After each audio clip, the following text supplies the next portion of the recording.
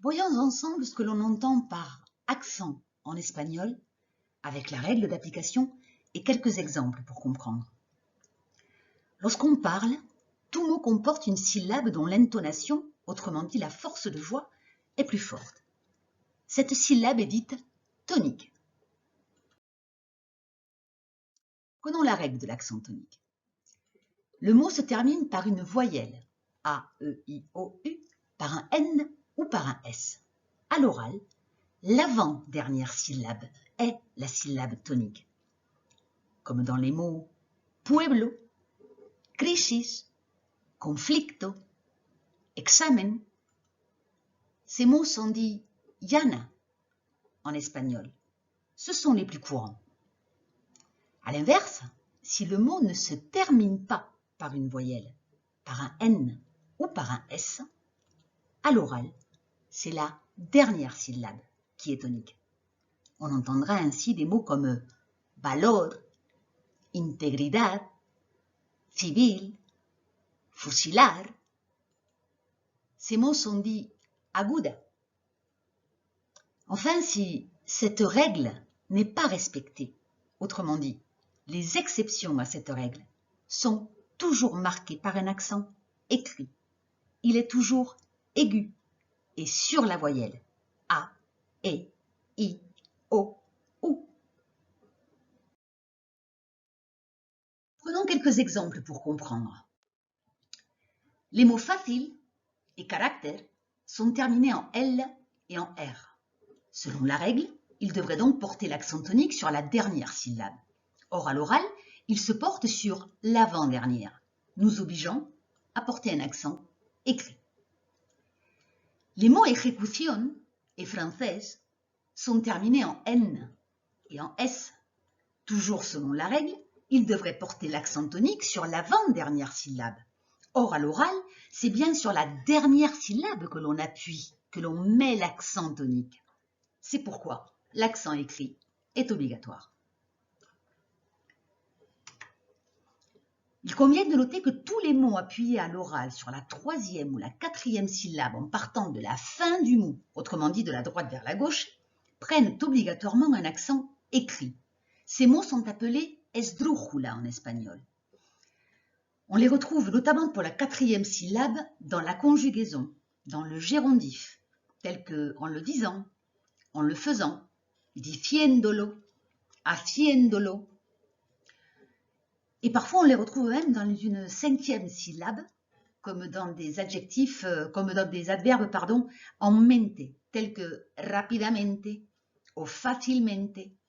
Ils sont assez rares, on les retrouvera plus dans les troisièmes syllabes, c'est-à-dire les mots esdrújula, on va en voir des exemples, et dans les quatrièmes, exclusivement dans le cadre de la conjugaison, ou de quelques adverbes en mente. Voyons quelques exemples en son et en images. El pueblo, el garaje, el libro, la escritura, la ola. Tous ces mots correspondent à la règle. Ils sont terminés par une voyelle, l'accent tonique est porté sur l'avant-dernière syllabe.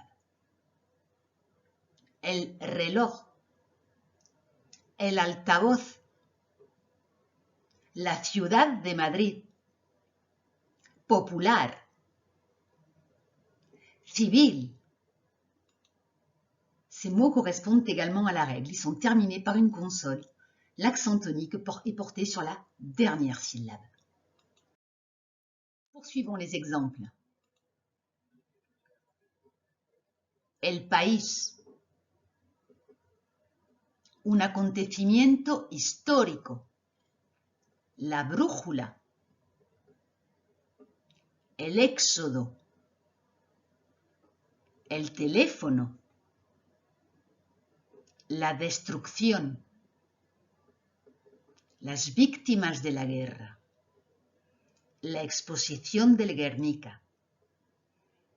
La règle de l'accent tonique ici n'est pas respectée. L'accent écrit est par conséquent obligatoire. Il est bien à l'endroit où l'on met la plus grande force de voix. Avant de passer aux exercices d'application, je te propose ici d'observer l'accent tonique ou l'accent écrit et de répéter les mots après moi. Ayudo, ayudó, joven, jóvenes, la ejecución, el país, exiliarse, la historia, lo histórico, allí, celebrándoselas,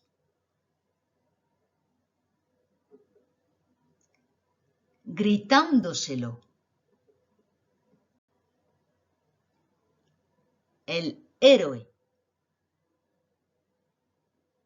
vive, vivió.